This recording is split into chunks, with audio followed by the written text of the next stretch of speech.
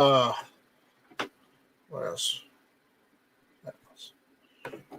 All right. I think we're live. We might be live. We're kind of sort of live, but live. Or are we Memorex? We cassette tapes or what? No. We're not Memorex. We're not 8-track. We're not cassette. We're not CD. I'm actually impressed that Night Strike's old enough to get that reference. Dude, he's almost 40, man. He's like pushing like 37, 38, I think. Listen. I used to use cassette tapes. Yeah. And I still do. I still have all mine. And I have a bunch of 8-track tapes and an 8-track tape player. So we need to spend an evening just going through my cassettes. I might call Never Enough. Even though 8-tracks were way before I was born. Yes. You know, in the times before Night Strike. Mm-hmm. Wow. Not in the times after, but in the times before. We got who we got on there on the YouTube side? Scott was first. Kingpin said hi. Daniel's out there saying hi. I don't know if we got anybody else, but if we do, come and hang out with us. All right. Who we got in here? Let's go through the room. Sound everybody off. Right. Me. I'm your host, Night Strike. So welcome. Welcome to Hit or Miss. We got who do we got first? George, I think you're first. Hi, I'm South Texas AR guy, also known as George. Or should I say the other way around? I believe you should say Jorge Cortez. There you go. Jorge Cortez. I'm South Texas AR guy. And no, you gotta sound more Dallas. You gotta sound more Dallas. I'm Jorge, and I'm from South Texas. Yeah, when you go up Texas, you're gonna go to the mall. That's Dallas people for you right there. I'm telling you. I just summed up the whole Dallas-Fort Worth area in 5 seconds. Daniel was asking, was there anything before the times of Night Strike? There was. Sadly, there was. People without facial hair. No, they had that too. Okay. I got you. All right. Travis, why don't you go ahead and introduce yourself? Yeah, well, my name's Travis B11, and check out my YouTube channel. I'm always happy to be here on Hit or Miss Tuesday nights at 8 o'clock. And I got a little channel on YouTube, do all kinds of 8 o'clock videos Central, 9 Eastern. Yeah, 8 o'clock Central Time, the most important time zone anywhere. It's also shared with Tornado Alley. Otherwise, I got a podcast I do on Saturday mornings called Caliber Corner, 8 a.m. Central Time over there, 9 o'clock East Coast time, if I'm not mistaken, but nobody worries about that time zone. But otherwise, check it out, man. Like and subscribe. It's good stuff. And subscribe to people on this panel because they got some good content. So check them out. Yep. And then last but not least, I did not expect him to show up. He never shows up, but apparently he showed up tonight. So we've got Sandhill Shooter. What's going on, John? And yet you keep sending links, just making me feel bad for not being here. So I felt bad for not being here. Here I am. I don't stop sending those links until I get an email saying stop sending me those links. That's exactly the way I am too. Yeah. I keep having hope that eventually somebody's gonna, join mine. I keep having hope that eventually I'm gonna go home and be able to have mine again because I miss my show. Daniel, that'll be Wednesday. The earliest you'll see anything of that will be Wednesday. What happened to the blue one? No, it's If you'd watched the South Carolina open carry debates and whatnot in the South Carolina Senate, the Senate leader wears a purple gown. Oh. And apparently people were telling me I need to go and wear one. So it's not anything like a blue dress. It's not a blue dress. It's more like a graduation gown. I got you. Or like a judge gown or something. Like a judge's robe. Yeah, more or less. So they told me I need to don the purple robe. So I guess for a video, I'll shoot the M1 Garand and the AK with the purple gown. Oh, there you go. Sounds great. So, but I'm gonna have to get a new white shirt. I'll probably have to get some new pants. I gotta be all dressed up. I gotta look the part. You could be naked underneath the gown, and nobody's gonna know. No, I have more class than that, John. Well, I'm just saying, who's going to know? You're covered up with a gown. That might work with the dress, but that's not going to work with a graduation gown. Okay. Please don't post a video of you trying it with the dress. You'll never know. You'll never know. You'll never know. That's exactly. And never be able to unsee it. You'll never know. That's the thing. All right, so tonight we got a couple topics. Some good and some bad. First up, for all those of you that use Etsy, we got a problem. Apparently, Etsy is scrapping the sales of gun parts and accessories on its website. So, you don't necessarily think of Etsy as the go-to place for accessories or parts for your guns in the first place. But as it turns out, there are a number of small shops on the site that specialize in things like custom grips, holsters, stocks, even sights for firearms. There's a whole bunch of stuff that people do that, are on Etsy. But there are a number of small shops offering those things. Now, thanks to a new policy change from Etsy, many of those items are now banned. The global online marketplace has long prohibited the sale of weapons, including guns and most gun parts, although it is now expanding this enforcement. The company confirmed to Fox Business in a statement Monday, "We take the safety of our marketplace very seriously, and we will regularly visit our policies and make adjustments in accordance with industry, legal, and regulatory standards," an Etsy spokesperson said. The new regulations were communicated to all of the sellers on the platform that would be affected. The sellers were given 2 weeks to update their inventory to comply with this policy before the items would be removed from the marketplace on May 25th. That's today. So even it's the last day to get your parts on Etsy. Get over there right now.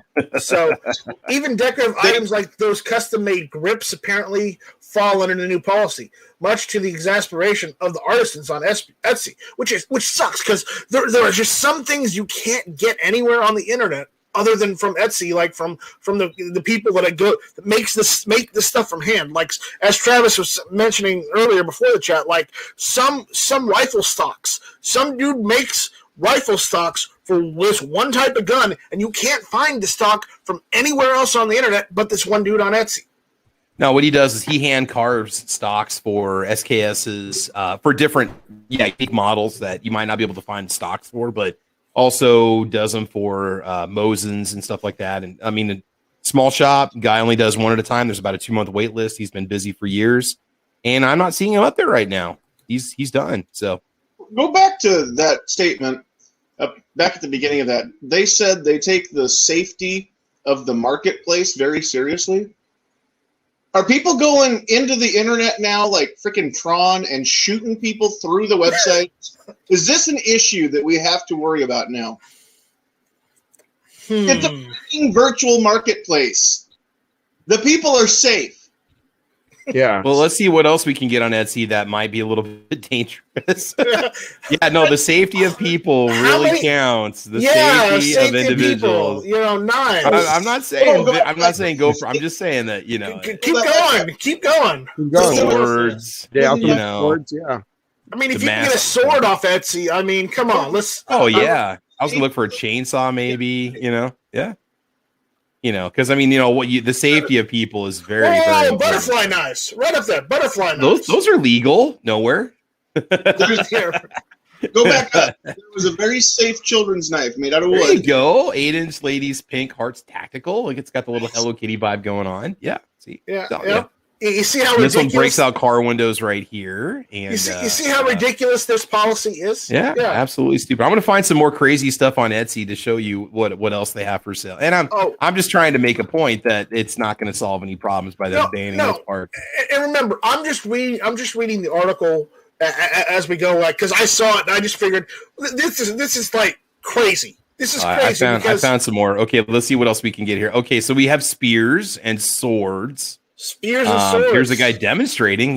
Those aren't swords. Those are swords. Here's a Viking head that you can put on a broom handle if you wanted to. And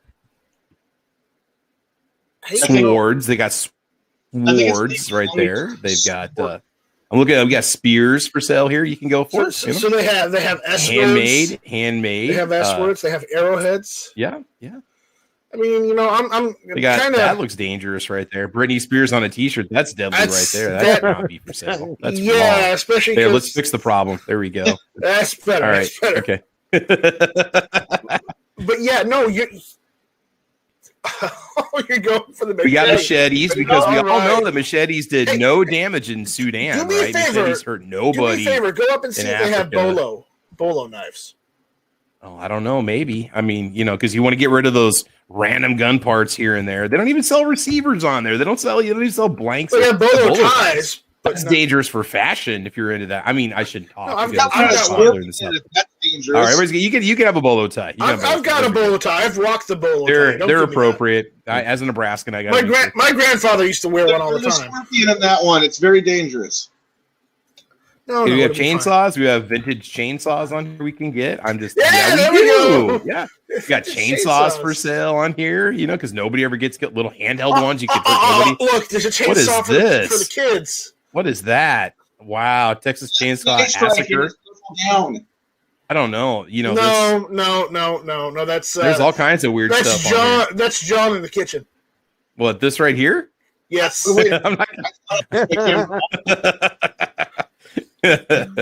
Oh God, yeah. So anywho, the point is that it's not going to fix any problems. It's not going to fix any issues. So no.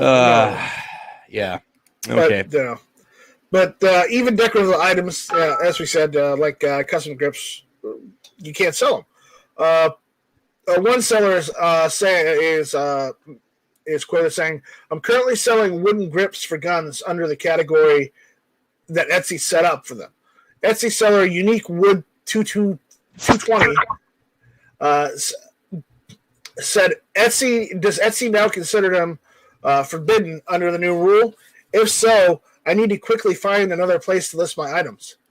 Etsy allegedly responded by saying it can no longer accommodate these products in our marketplace. I guess you're not going to have much of a marketplace left after this. There are or were thousands of listings for on the site for grips and other accessories for firearms, all of which are forbidden as of today. With gun sales booming and millions of new gun owners looking to customize their firearms, Etsy's decision to ban all gun accessories and parts from the site doesn't make much sense from a financial perspective, but the company is apparently willing to lose out on some profits in the name of wokeness. This is a political decision by Etsy, and it's another demonstration of how many on the left are trying to denormalize gun ownership, even as more non-conservatives are embracing their right to keep and bear arms. The writer of the article says, "I think the anti-gun crowd is going to lose that war on gun ownership, even as they notch up victories like Etsy's decision to make the site as gun-free as possible. Yes, the anti-gun hostility displayed by Etsy will definitely end up having an impact on these vendors. But I wonder if there's not an opening for now for websites like Gunbroker to fill the void by offering an Etsy-like shopping platform for small independent shops to continue to offer up their goods to gun owners. I have a feeling that some enterprising individual or company will take advantage of the opportunity presented by Etsy's hoplophobia, but unfortunately, the transition to a new platform isn't going to be seamless for these makers themselves." Yeah, no. But I wonder if my stock guy could just sell those as just carved wooden carvings and not call them a gun stock. Because technically it's not. I don't know. Honestly, if I had the hardware and I had the back, enough funds, I'd probably make an Etsy site. Well, of course, I can't find this guy either. So it'd be cool if we had. Are there any sites where you can just go buy vintage gun parts? There are a couple. Yes. Other than Amazon, because I know Amazon you can buy. You can get parts on there, but not Amazon, eBay. Other vintage gun part sites you can get. eBay was one of them. And eBay, take that with a grain of salt. Vintage guns parts. There's Liberty Tree Collectors. There's Roberts RTG Guns. There's Apex Gun Parts. But that's more surplus. Mm-hmm. There's also everybody's favorite, Numrix. Oh yeah. And then there's or Gun Parts Core. Yep. And then there's also some people say. Some people argue with this, but there's also Sarco. So that's what? There's also Sarco, Sarco. Sarco. Sarco. they have a lot of surplus and vintage parts too. So there's a lot of places online that do sell these parts, but again, as you were saying, Travis, for like an SKS stock, a custom SKS stock like that guy was making, there was nowhere else to find something like that because his prices were good. Yeah, it's hard enough around $120. Yeah. Finding an original or a customized stock the way you want it on the internet for an SKS these days. The only other place other than Etsy would be eBay for that kind of thing. Yeah, and I'm looking, and they're good, but this is all like these are all like vintage parts or whatever, Right. Yeah, they're not. This stuff was all new, and you had your choice of wood that you could go with for when he would carve it for you. I mean, I was going to order one. I wish I would have. I have no idea. And I looked up, hand carved, SKS stock or whatever, and I can't find anybody online that has them for sale. So I don't know what the name of that stock, what the name of the store was. So moving on. Yeah, moving on from this article. I mean, it's ridiculous. It's ridiculous with what Etsy's doing, but that's what's happening. So their next article that we're going to go over is almost as ridiculous as Etsy because of where it's coming from. Okay, and it sounds crazy, but listen to this: Chicago journalist wants to rename school for Second Amendment activist. Wait, they're naming him after G-Webs? They want to name a Chicago journalist wants to rename a school for a Second Amendment activist. I couldn't believe this either because of where it's from, Chicago. Wait a minute. Is it the number one gun salesman of all time? Is it going to be like Joe Biden Elementary? No, that's the crazy thing. Okay. Obama Middle School. No, they don't want to make Obama Middle School or Obama Elementary. What do they say on Zoolander for school for kids that want to do good things or something? Okay, so listen to this. That's a headline I never imagined writing, and this article is by Cam Edwards from Bearing Arms. He said, but journalist J. Corden Palmer of the Chicago Crusader, which is even bigger, has an idea that gun owners everywhere should get behind. Naming a school for a Second Amendment activist, this activist in question is Otis McDonald, the Chicago resident who challenged the city's ban on handguns in court and eventually won his case when the Supreme Court ruled that the ban violated McDonald's right to keep a gun in his home for self-defense. Ooh, come on, guys. I'm all for it. I think it's a good thing. They should have not said anything to anybody and just say, yeah, this guy was a wonderful person that fought for civil rights and just pushed it through and then get it to go. And then it's like, wait, what? Yeah, but as Palmer notes, the Chicago Public Schools announced last December that it was going to look into renaming schools that bear the name of slaveholders. Now, regardless of what you think of that decision, Palmer makes a great case in favor of honoring McDonald for his civil rights activism to ensure the Second Amendment rights of residents weren't denied to them. Ooh, that's a good idea. And I mean, think of the lives that have been saved because of that, Right. Yeah. Think of the lives that were saved. Yeah. The lives of people of color. Now, now they're quoting saying, you would think a man like this deserves a statue, a commemorative street sign, a school named after him. Hell, just an acknowledgement by African-American lawmakers in Chicago. Instead, many have no clue who he was, and those that do may not see him as a true hero because, well, most of them will probably be left in Chicago. But make no doubt about it, McDonald was a true American hero. Shortly after his victory in court, they had the honor of meeting him in person as he granted me an interview at his home. This was Cam Edwards. That one interview has spawned a relationship with his family that lasts to this day. Even as McDonald's health began to fail him in 2014, we still kept in touch. I was the only reporter invited to speak with him on his deathbed. And I guess this is the reporter was J. Corden Palmer. Okay. his deathbed at Holy Cross Hospital. That conversation was off the record, personal and memorable. He had only days left to live and couldn't speak much, but we were able to communicate, and he was grateful. A young black reporter was telling me the important story of gun rights for black people. I made a promise to him that I would forever cover gun rights and bring the truth about it to black Americans. I told him how personally grateful I was that he allowed himself to be the lead plaintiff in a landmark case. I thanked him for standing up and taking on the city of Chicago when others were afraid to. I thanked him for signing a personal copy of his book, An Act of Bravery, Otis W. McDonald and the Second Amendment, which was the name of his book. And I thanked him for inviting me into his home, family, and life. I thanked him for being one of the tips of the spears that moved the black community forward. I see no problem with that. Everyone should have the right to keep and bear arms, regardless. Absolutely. It doesn't matter. I don't care if you're I don't care what your beginnings were. It doesn't matter where you came from, who your ancestor was. I mean, if you're an American citizen, you have those rights. Period. That's it. It doesn't matter how much melanin you have in your skin. Period. I believe that's right. Yeah. Isn't it, Travis? I mean, you're a teacher. Yeah. Why? Yeah. Yes, you are correct, sir. Yeah. I'm not good at science. I'm not a science teacher, but I have taken science and occasionally fill in as substitute. So yes, you are correct, sir.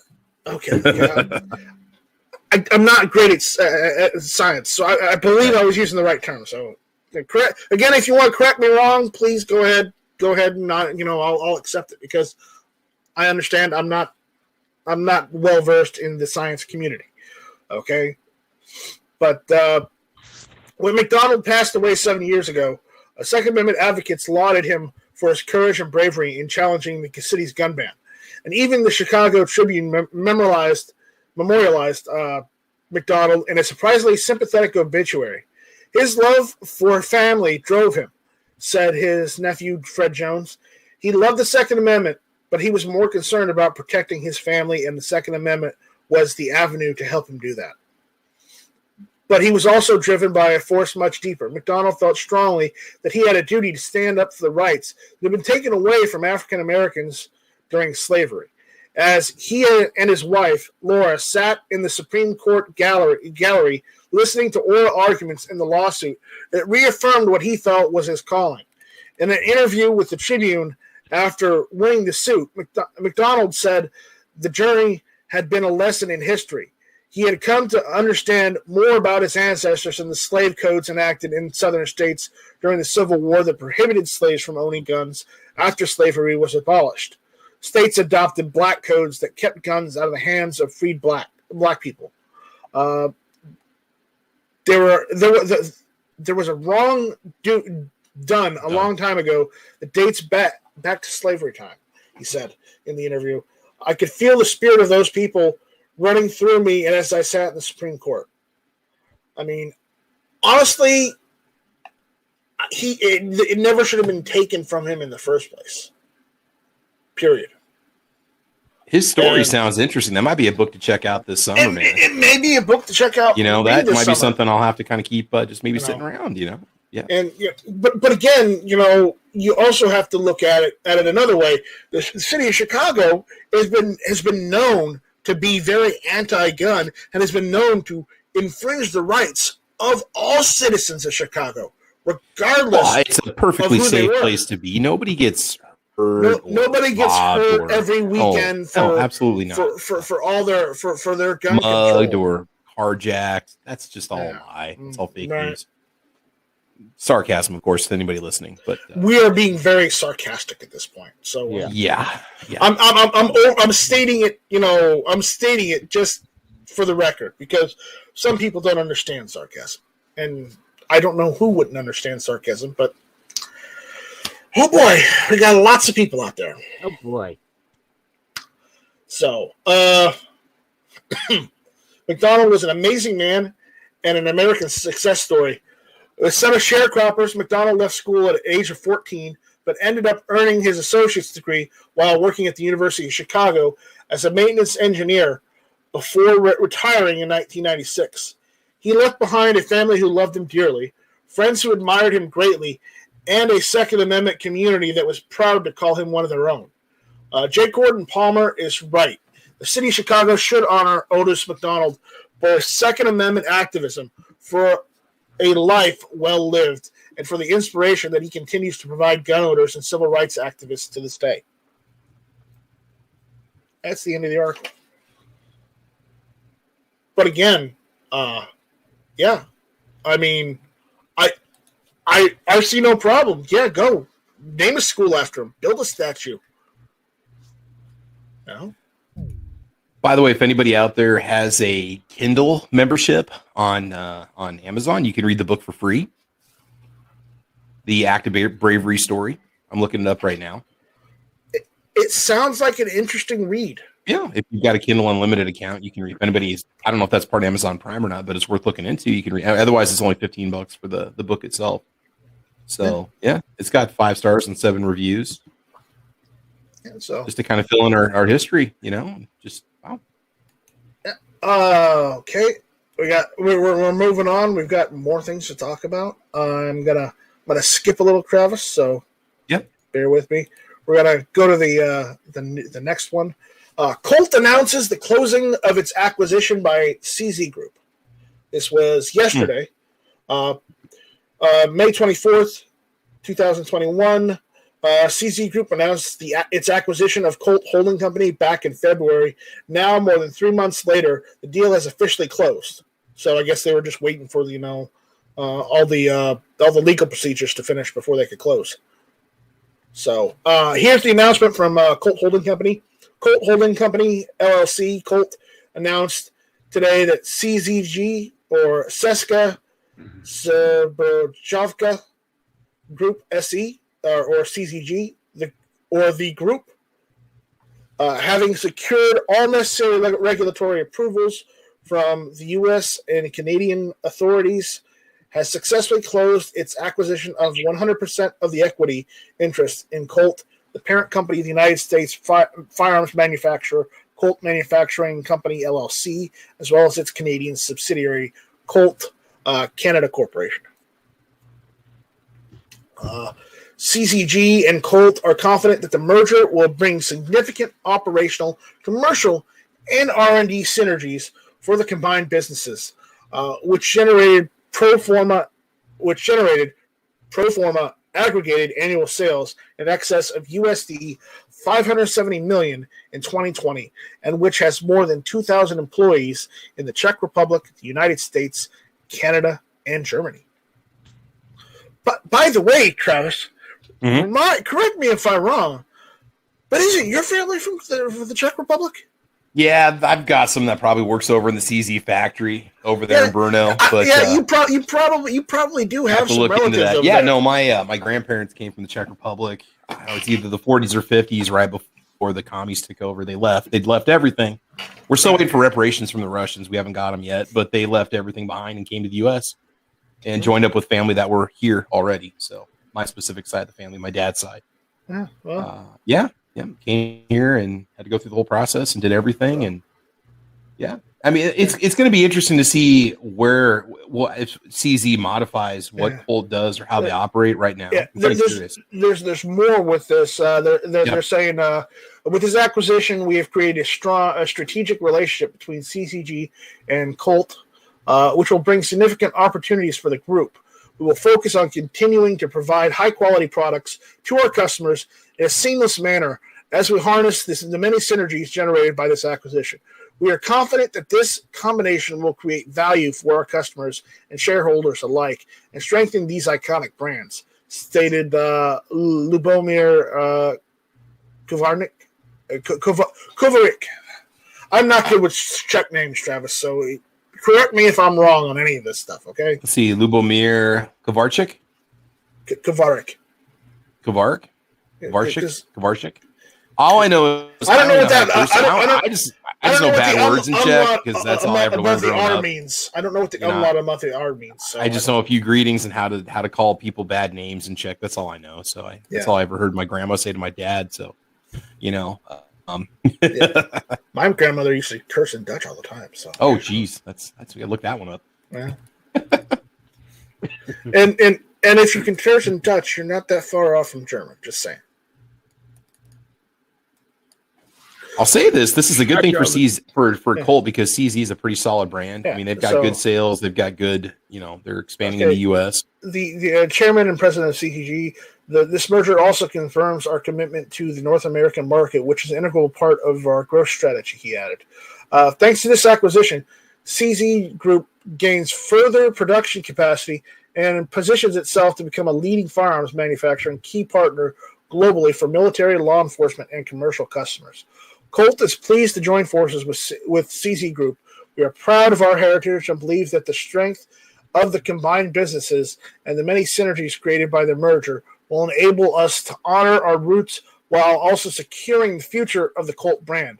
We look forward to continuing to deliver our high-quality products while also investing in innovation and new product offerings in the near future.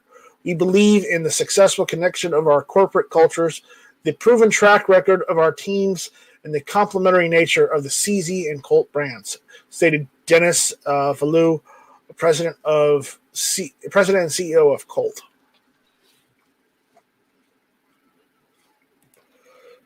So, it'll be interesting to see. If honestly, I know people won't agree with me. But where was Colt? Where's their corporate office? New Haven, Connecticut. They were saying it'd be nice if they would move to a more gun-friendly state, which they might. CZ could move Colt someplace down south or to a state that's going to give them better tax breaks. That's going to, because I think it's Hartford, Connecticut. Okay, Colt has been in Hartford, Connecticut since a long time. Let's put it that way. Okay, since a long time, and the thing is, if Colt, if CZ does it right with Colt, I would possibly just make Hartford, Connecticut, where you have the Colt headquarters. Just the headquarters. Okay, and maybe open up, if they don't have one already, open up a Colt manufacturing museum. Okay. In Hartford, Connecticut, just so they still have a presence there. But I would move all the manufacturing, say, to more gun-friendly states because of what's going on in Connecticut and in that area itself. It's not as gun-friendly, and it's not as friendly to the Second Amendment as it used to be. I'm going to say this. Take your gunsmiths with you. Let's not pull another Marlin acquisition of, was it Marlin getting bought out by, was it Remington or who bought Marlin? Yeah. And then pretty much just destroyed the quality Freedom Group. Yeah. Yeah. So hopefully if they do that, they'll move the people. If they do that, they'll take the workers with them and offer them an opportunity to stay working so not to start all over. Because I know Colt's just getting back into the whole M4 production thing, and what they're producing right now is okay, but I'm going to say this diplomatically, Scott, because I'm not going to curse on air. But Scott just went and said out there in the chat, in the YouTube chat, that Hartford, Connecticut is a dump. Well, they need to get to a more gun-friendly state. That's going to have lower taxes too. I mean, that right there. And then they gotta push Colt to innovate. They're going to have to do something to make up for their lack of having the military contract, because that has a huge part with their lack of stability right now. Colt needs to, not bank on their branding anymore, and start being more competitive. I'm going to say this: start being more competitive with a bunch of these other manufacturers, because and this is along the lines of when they make ARs, because they're known for AR-15s. They're known for that because they were the company that bought the rights from Armalite. Okay.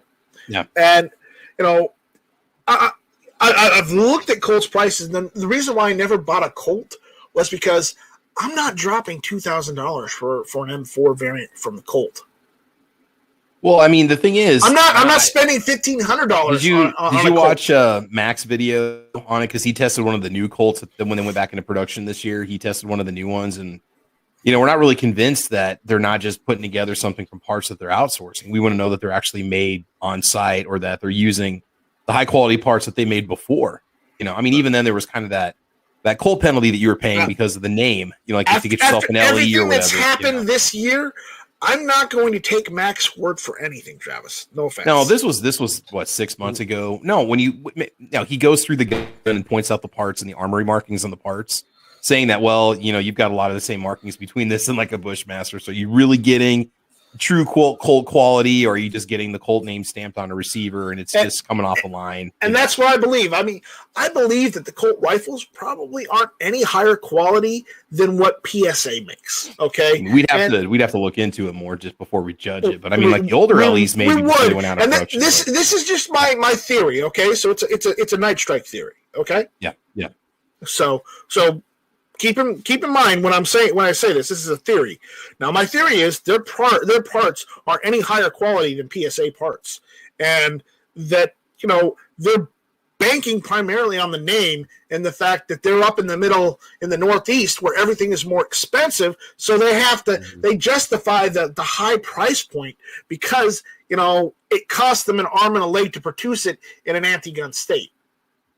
Yeah, and I mean, when they had the military contract, you could say, well, you want to get a Colt, the official, M4 of the armed forces, and because I'm looking at the FN M4, and those are what, $1,800, and those are wonderful, those are awesome, but what's that really cost to produce? What is the actual quality advantage, say, versus a Bravo company like a BCM or a Lewis Machine Tool AR, or if I wanted a battle ready rifle, I would buy a BCM first.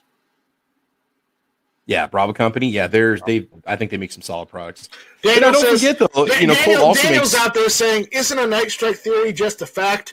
No, it's a Night Strike theory, but if it becomes a fact, that's something else. We have to fact check before it becomes fact. So, don't forget that Colt also makes some really, really nice 1911s. So they've got some good ones out there too. No, I know that, and their 1911s are a little different.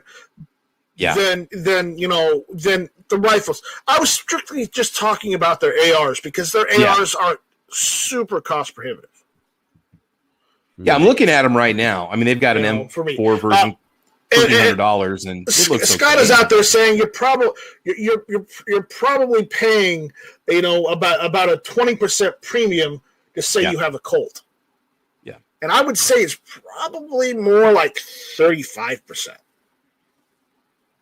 In all honesty, well, we'd have to look at the parts and see where do those exact parts come from, and what would it cost you to build one? What would it cost for you to go source those parts and make it yourself, right? Or just buy one comparable to it that's going to have the same barrel, the same receiver, the same lower, the same stock. Because I'm looking at their M4A1 SOCOM, and I'm curious are they making their own? Are they forging their own lower receivers? Are they outsourcing them? Their uppers, who does their uppers? Yeah, they've got some great quality parts on it, but does it justify a $1,500 rifle? Are you really gaining anything? And I'm not going to say versus PSA, versus say something for $1,000 or something for $800. I would buy the parts and build a BCM rifle first before I'd get a Colt any day. Because a BCM, I know once I put that together, that's going to be a go-to-war rifle. Colt may be the same way, but again, I'm not spending $1,500. I mean, this looks nice. Don't get me wrong. This is awesome, but I'd want to know what specific advantages does this have aside from the name. And the name doesn't have is the metallurgy better on this particular gun versus when I'm building home? Is that rear sight any better than just getting a Magpul MOE?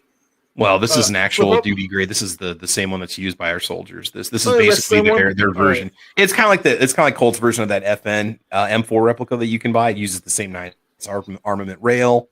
I don't believe it uses an FN barrel. Of course, it won't because it's a Colt. But speaking of the Knight's armament rail, that's another thing that's super expensive. Yeah, I'm not buying one of those either. So I would consider. I mean, I was going to mention this. I was going to mention this, but Scott beat me to it again.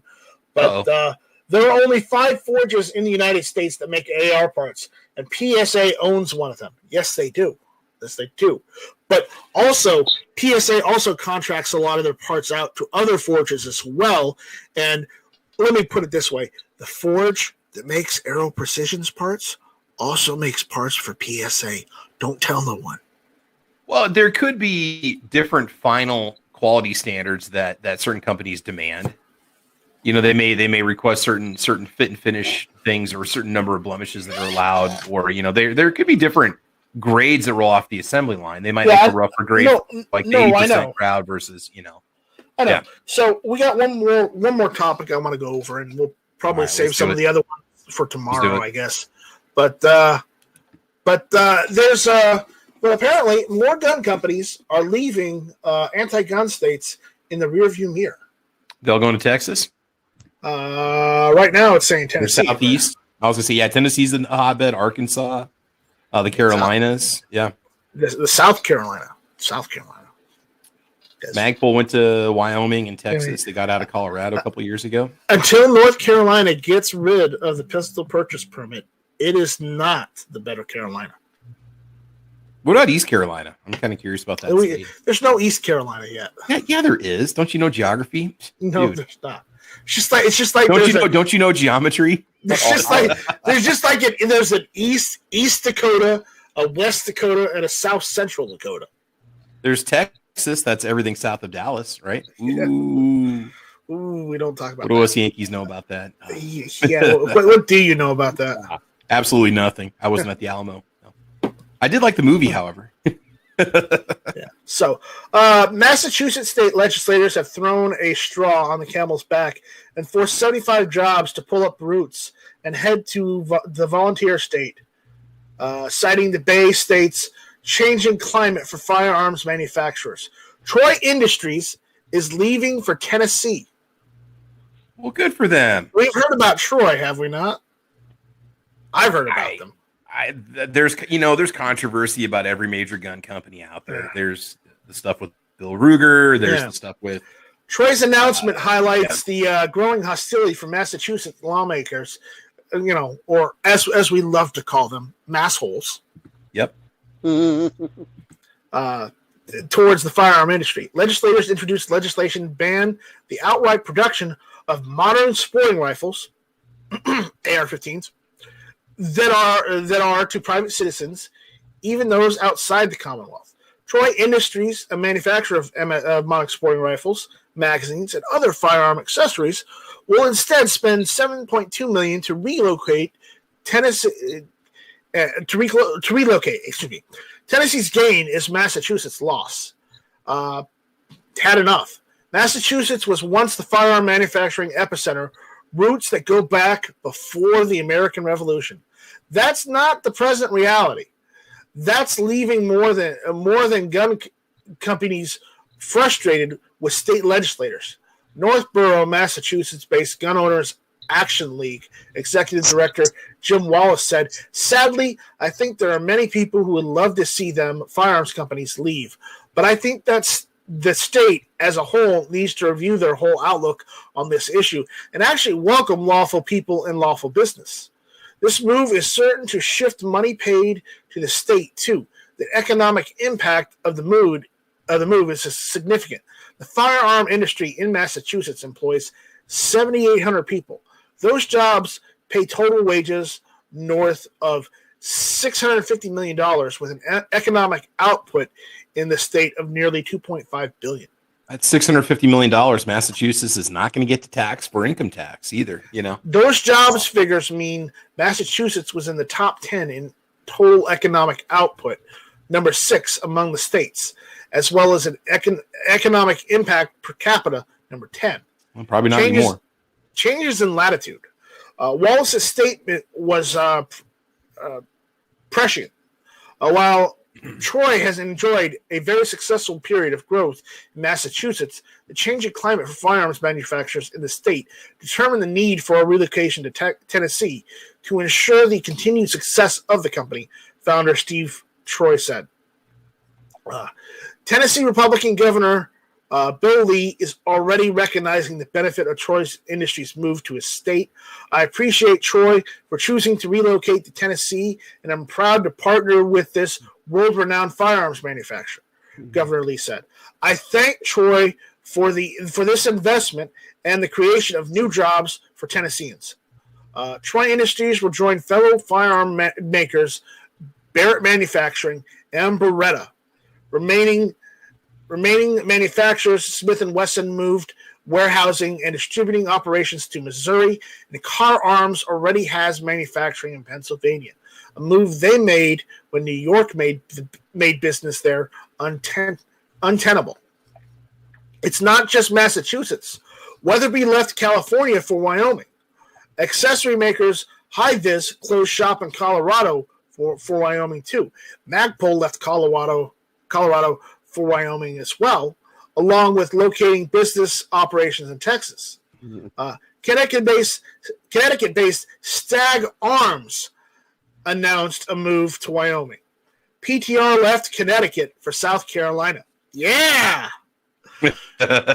Kimber expanded production in Alabama over New York and later moved the company's headquarters there.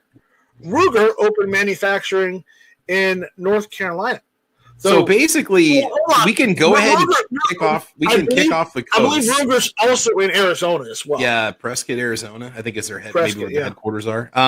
So we could just boot off the coast and just take over the central part of the U.S. as our own country, the United Commonwealth of freedom-loving states, and or the United States of Tornado Alley, as I like to call it. We've only got like a couple more paragraphs, so let's continue on. I'm enjoying this article. So. Me too. This is great stuff, man. This is good. This is the best news I've heard all week. The increased hostility and gun control push by states and even the federal government do not reflect the changing attitudes of Americans. Support for increased gun control is at the lowest levels in several years, as reported by Gallup, Washington Post, ABC, Newsweek, and other polling outlets. The rifles that Troy Industries produces, the AR-15 or the modern sporting rifle, are the most popular selling centerfire rifles in America. Yet no kidding, Sherlock. No kidding. This is even on Truth About Guns. I mean, did they really have to say that? You know, I mean, they should know better, but you know, well, they could be quoted by other journalists or right. So it's good. There are more than 20 million in circulation today and are used for lawful hunting, recreational target shooting, and self-defense. Not to mention all the ones that are in use by every law enforcement agency in the country. This is true. I mean, and most of those law enforcement agencies had the fun switch. Oh, yeah. So the record-shattering gun buying trends also changed the political calculus for politicians looking to impose stricter gun control on their voters. 21 million National Instant Criminal Background Checks, or NICS, for the sale of a firearm in 2020. The National Shooting Sports Foundation surveys estimate over 8.4 million were first-time buyers, and they're from every walk of life. The trend hasn't slowed a bit in 2021 and demonstrates why gun control has stalled in the nation's capital. Out in the States, legislators shouldn't be surprised when major manufacturers like Troy Industries call their bluff. There's plenty of demand for firearms. Lawmakers would be wise to take notes. So, I'm just saying, it's, these states that still have manufacturers in the Northeast better watch out. Otherwise, the manufacturers are going to go and leave. They're going to go to southern states or even Midwest states, like Wyoming or Kansas or, maybe even Nebraska, just because the factor that, hey, guess what? Those people like us more than the people in our own state. Isn't that right, Travis? Oh, absolutely. Yeah. One thing I want to say real quick is before we criticize these companies for being located in California or the East Coast or any of these states that we don't consider free. That's not the issue. That's not the issue. No, I'm just saying before we criticize those companies, it's a big deal for a company to move. So a lot of these companies, they probably try to hold out to the last minute before they decide to do a move because that's a big deal. Having to buy new facilities, train workers, have workers that don't come with you, tell families they got to uproot. I mean, that's not easy. So I'm glad that these companies are moving. But before you say, "Oh, they're an economy," I mean, it's not easy for a corporation to just up and move. They can do it, but it takes capital, it takes time, it takes loss of revenue. Yeah, I mean, exactly. I'm glad they're moving. I think it's just great stuff, man. I'm telling you, the more we can keep them away from the coast, the better. So, I mean, as long as they can move and they can move to a place which is more friendly than where they're leaving, and actually wants them wants their business, then I'm all for it, man. I am all for relocating if you have to. And if you can get as many of the people that are working for you right now to get on board with you and go along with you, thumbs up. But again, realize that not everyone will want to, uproot and leave with them. Okay? Yeah, not everyone will want to that works for them. So they are going to have to hire more people. So hopefully quality doesn't stray for a couple of years too. But remember, because they hire more people, that may be better for the state they're moving to because that creates more jobs to that state. And if things go well in the new state, they may expand the facilities, and even more jobs will be created. I mean, look at 6 hours in New Hampshire, aren't they? They're in New Hampshire, but New Hampshire's pretty pro-gun. It is. I was going to say because they're getting more. They even mentioned in what we read an article about that a couple months ago, where they're leaving. You're getting their stuff out of Germany because Germany's passing a lot of anti-gun manufacturing legislation, making it harder for them to even make guns in their own country for export. So they've decided just to uproot and come to the U.S., where they've got a healthy market and less import laws to deal with, and a steady supply of consumers. I don't blame them for upping and leaving. Yeah. I don't blame them either, and I don't blame any country. And I know PTR has been here for several years. Yeah. I mean, isn't that what HK is doing too? They don't like us, so we don't like them. No, I'm just kidding. Maybe they'll. No, they've always got kind of a little feel of snobbery about them because they can, but they're good. They're fun about it, I guess. I don't know. Is H&K opening up stuff in the U.S. now? Is that maybe they've been around? I never look into it. And I got nothing against their products. I would buy them if I could afford them, but I thought that I heard that they were going to plan to move over here because just like you said, 6 Hour was having problems. Like they developed the stuff and then to get it exported and stuff, and then all those taxes or whatever the fees they got to pay and stuff that would be more affordable. The only thing is that I hear that HK is more for law enforcement and military. They're not in the civilian market. But if they come over here and they change their mind on that stuff, they can start selling to the civilian market. I don't know. Georgia, okay, they got headquarters in Georgia, but I don't know if the manufacturing is necessarily there. This article goes back to 2017, so so we don't know. So back in 2017, they invested almost $28.5 million in expanding operations in Columbus, Georgia. 50,000 square foot facility. Yeah, they're probably going to start doing production. I know they're making parts here too anyway. So I think they're switching over to more of a U.S. production line than import. Mm-hmm. I mean, just like with Glock, Glock, is in Austria, and then they just came over here. Well, what's interesting about those is you can buy. Yeah, man, we're good. Yeah. But before my microphone went out, I don't know what it was. Okay. So. But it's just like with a few years back, American Tactical Imports left Rochester, New York, and they moved down here to Somerville, South Carolina. And one of the first 1911s I bought is an ATI, and it's one of the first ones that were stamped ATI Somerville, South Carolina instead of Rochester, New York. But the box it came in had the Rochester, New York still on the box. So it was one of the first ones they sold. And yes, I am talking about the vampire, and it is in my hand. I can't show you guys because it's the live stream, but you guys can hear it. It is just kind of ironic that the 13 original colonies that founded this country and the firearms that they manufactured to give us our freedom are moving out of those states, out of those colonies to go to freedom-loving states because they're not free anymore. Wow. It's like kind of some irony with that, you know? It's ridiculous. It is ridiculous. It is. It's wrong. And Travis, I made you a moderator. Can you give me a moderator stats back? How do I do that? You just click on the dots on the top right of my window and just say moderator. Moderator. Grant moderator. I'll give you the crown. I'm gonna give you the Travi crown. Okay. All right. Good. There we go. All right. So yeah.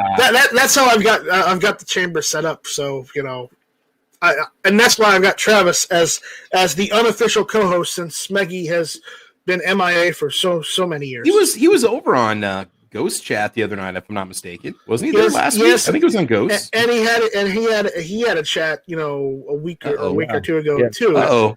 And I was in there. Oh, okay. I got a $2 super chat from Firefighter. Ooh, as everyone knows, my younger brother from another mother, Fire Strudel. Yeah, he is a Fire Strudel. Firefighter 09100 says it's all the curse. It's the curse of the Fire Kitten. It's the curse of the Fire Kitten. If anybody doesn't know who Fire Kitten is Firefighters.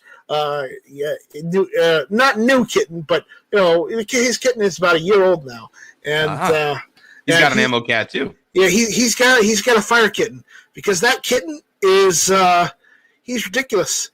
You know what his name is, Travis? No, I don't know. Actually, you got to tell me. His name is Wesley. Oh, Wesley. All right. So either that's very proper. That's very British sounding. Insert Star Trek reference here because that kind of Wesley. Yep, that's what I was thinking of. Or Will Wheaton. Insert Will Princess Wheaton. Bride reference here. Yeah. As you will. Exactly that one. Let me see if I can pull up a picture of Wesley so people know because it's Wesley. I like Scott's comment out there. They tax you to death in Massachusetts. It's called Taxachusetts. I heard Connecticut's pretty bad too. I got a Connecticut. He says Taxachusetts. I love it. Yeah. I love that. That's great. Oh man, my cat's getting into something. I'll be back. Give me a second, bro. Dharma's getting into something. something. On toilet paper or something. I'll be right back.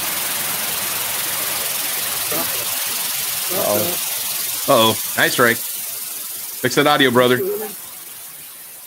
I'm gonna mute you. There, I just muted him. Nice strike. You get that audio fixed. George, you take over. I got to go save my cat. Okay.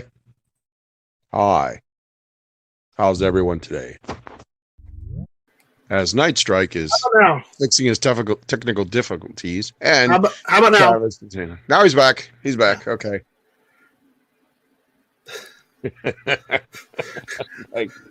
Night Strike refuses to recognize Texas as the new bastion of two A rights.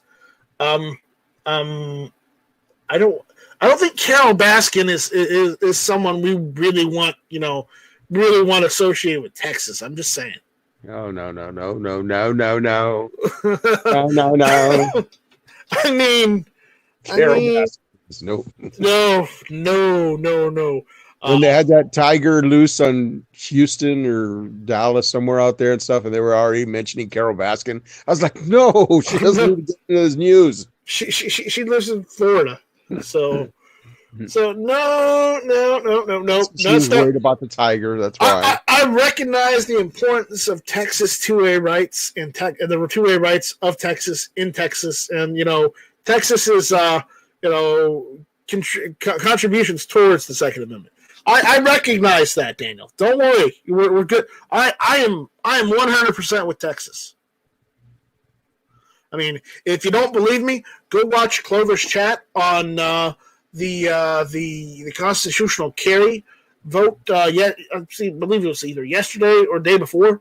I was on that chat for several hours with Clover, supporting Texas rights. So don't try and put words in my mouth, because that ain't right. I support Texas.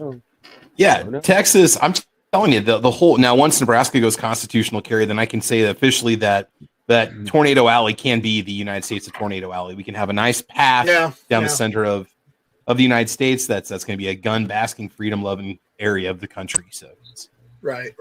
Did the governor sign that into law? No, it's still in a little bit of limbo right now. So why? What's the delay? I'm going to Texas in 2 days. I really want to just be able to enjoy this, not have to worry about it. You've got a carry permit. You're fine. Well, it doesn't matter. That's not the point. I want to be able to just say I can enjoy it without it. You know, I want to leave the carry permit at home. No, I'm just kidding. I heard it's on its way to the desk. There you go. You take it there, George, right now. For those that were wondering, this is Fire Kitten. Oh, yeah. She looks ornery, yeah?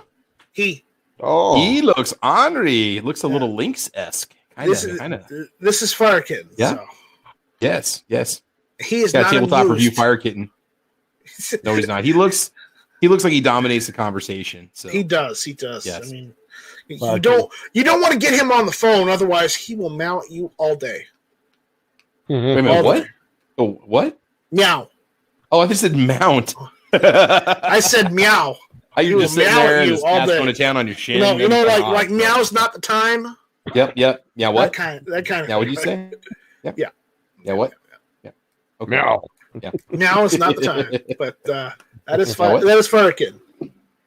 Now, Daniel says we have stand your ground, castle doctrine, constitutional carry, suppressor freedom, and two-way sanctuary now. Now I heard the suppressor thing passed, but I didn't know if it passed the House. Did it already pass through the House and the Senate, or did it only go through? Isn't it more of a gesture thing because the feds will crack down on it the second they try to make a law out of it or something? Isn't that what? I guess I'm not sure. No, not that. I mean, I want to see it. Don't get me wrong, but I think didn't Kansas try doing that, and the ATF went after people that were making their own suppressors and stuff. Yeah. I mean, it's so frustrating. So, Daniel says he's signing Friday, supposedly. Constitutional carry goes into effect September 1st. Oh, it would be for a while then. Okay. All right. It'll be for a while then. That's okay. I got the carry permit ready to go. The guns are cleaned up. So I've got my carry permit. I'm waiting for August 15th. Is that when you guys go constitutional carry too? No, that's when we go open carry with permit. Open carry. With permit. Yeah, I already have a concealed carry permit, so I don't have to get another one. So you can't open carry right now. I cannot open carry unless I'm going hunting or fishing. Okay, what about it's only handgun on a hip. Open carry rifle. I can open carry with a rifle or shotgun all day long. Okay. Nobody does it though. Nobody does it though. So you could open carry your after August 15th. Could you open carry with your AR pistol? No, with the AR pistol because that's technically a pistol. Yes. I mean, you're gonna have some law enforcement that'll be confused because they're not gun guys, but not all of them. Yeah. But, yeah. So I've seen videos where people freak out on that. Fire strudels in here. Firefighters in here. The firefighters. Yeah. Yeah, it's a firefighter. Ja, das ist gut, ja. Ich bin ein Feuerstrudel. Oh, did he just leave? He says hello. Oh, he's here. Oh, yeah. He's got to set up his microphone and whatnot, so he needs to click the three dots and go into settings and select his microphone. So, but he's here. Daniel goes on to say, two-way sanctuary, suppressor, freedom, and constitutional carry need the governor's signature. All right, I'm down with that. From what Daniel's heard, the feds have never took anyone to trial with the suppressor freedom law. Everyone in other states have plea bargained out. Huh. That's interesting. That's very interesting. But, again, if all the parts were made in Texas and it's a Texas suppressor, then as long as it doesn't leave the state of Texas, I don't think it matters, does it? No. I don't think so. Oh, I don't know. I mean, fire strudels at you? We'd have to kind of see what happened in Kansas as a precedent. I wonder if somebody was showing it off or somebody was making them and selling them in Kansas, and that's why they got busted. I can't remember what the exact reason was, but that happened like a year or two ago, a couple of years ago. Yeah. Fed's always got to come in and ruin all the fun. I'm just trying to save my hearing, but they're not down for that apparently. So, right, ridiculous, guys. I'm telling you. Yeah, like who commits crimes with suppressors or silencers and stuff? Only in the movies, bro. Only in the movies. Only the movies. Yeah, only the movies. Right. Only the movies, and you're true on that. But That's just what's going on. But again, we'll see what happens with Texas. I hope the governor signs it. From what I heard, the last Pro 2A legislation, he signed that at the range. So he might just be waiting so he can go to the range and sign all those bills at the range. Possibly. Opens up with like a Barrett with a couple rounds and then signs it between mags. Yeah, give me that. Yeah. Okay, I got to get back to work. You know? Well, that's what I heard on the radio this morning. He said that it was passed and that it was going to his desk to get signed. Yeah. So however long it takes. Let's hope that FedEx doesn't lose it on the way there. So right. He gets some anti-gunners, pull off a yeet. Like we're holding the paperwork hostage. We got it. We got the bill. It will never get signed now. I got the PDF on my computer. I just got to type my name on it, and right. The paper copy signing was just a gesture, son. Yeah. Wow. Yeah. Okay. Oh, hey, real quick, if you guys have Bear Creek Arsenal side charging uppers Gen 1s, they're ending their Gen 2 upgrade procedure in like 2 weeks, because I know I've pushed a lot of their products on my channel because I've tested a lot of their uppers. I thought they're going to keep that indefinitely to convert your gun from a Gen 1 to a Gen 2 so you don't get the loose charging handle problem that we all have. So you got a Bear Creek Arsenal side charger Gen 1, you want to get that. You want to purchase that upgrade, you definitely want to do it within the next week or so you get your address label to send it in. Yeah. Which sucks because I don't really want to do it, but I think I'm going to have to. So it's called the Gen 2 Exchange Program. It's on their main website under products at the bottom. Fun all right. So with that, guys, I think we're gonna get out of here. We'll see you guys Thursday for the Thursday edition of Strike. Thursday. And I'm going to be on the road, so I'm probably not going to be there with you guys, but I'll be there in spirit, right? We'll be back for the Friday night strike on Friday. Yeah, the Friday night strike. And those are open lobby, right? You let anybody in? Yeah, more or less. Lately they've been open where I just put the link out there in the chat and let everybody just jump in. Talk about whatever. Yeah. Because at that point I like doing those kind of chats because it's easier for me to be able to take care of things in the background and everyone and whatnot. So we talk about different stuff, Yeah, we don't have to talk about all one thing. So it's nice to be able to have those kind of discussions because I like those a lot, and I tend to believe that the people that take part of those discussions enjoy those discussions too. But again, we'll see what happens on that. So with that, guys, we'll see you later. George, go ahead and give them your outro. George Cortez, and I'm also known as Celtics Era Guy. You can check me out on Instagram. And I appreciate the invite. Had fun. And good to be here, man. George, I would argue you are more famous on YouTube as George Cortez. Yeah, I know, right? Yeah. That's right, brother. Yeah. All right. Last comment in before we close. Ghost Shadow says that Night Strike. Well, local stores got another shipment of ammo again. Just shotgun ammo. Well, take what you can get at this point, I guess. Yeah, it's coming back, guys. It's coming back. It's coming back, but it's going to take a while. So honestly, if I had the money, I'd start another ammo manufacturer because apparently I think that's what we need in this country. We need one more ammo manufacturer besides just Remington. Yeah, right. But again, that's just Night Strike's wishful thinking. Travis, go ahead and let us know what's going on. Yeah, so check out my YouTube channel, Travis P11, and I'm on Facebook, Twitter, Instagram, Gunstreamer, GunTube, YouTube, all over the place.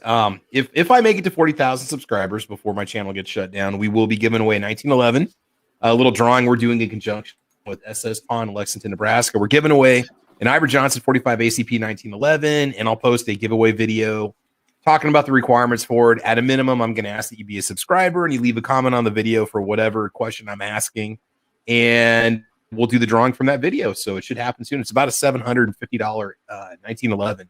So it's going to be pretty cool. So I'm looking forward to giving that one away with SS Pawn. So yeah, it's going to happen, man. But I appreciate the invite. Thanks for having me here, man. Awesome. I wish I could get some awesome sponsorship like Stan. Man. Yeah. Dude, you just got to go out and ask, brother. You just got to go out and ask. I have, but there's only two shops, and one of them's a pawn shop. And honestly, I'm not going to do any business. I only do business with him. I don't do business with the other guy because the other guy is, do as I say, not as I do. Okay. Yeah. Gotcha. Joe Shadow says at Night Strike, 100 round boxes of Winchester number 7 shot for Chap and Skeet. Well, as I said, you gotta go with what they got. So, you gotta know when to hold them and know when to fold them. So with that, shall not be infringed. Give them the bird. We'll see you on the next one. Bye, Felicia. Bye, Felicia. Adios, Felicia. Adios, Felicia. Hasta luego, Felicia. Te amo, Felicia. Te amo. Hasta luego. Te quiero. Te quiero. Hasta mañana. Felicia, we love your quesadilla. Quesadilla. That's right. Yeah. Quesadilla. Your kilo Taco Bell. Amarillo, not Amarillo. It's Amarillo, Texas. What else? Tortilla. Tortilla. Queso Blanco. Queso Blanco. This has been our episode of Really Bad Spanish. Thanks for listening, guys. Rajoles Negros. Rajoles Negros. Aussie.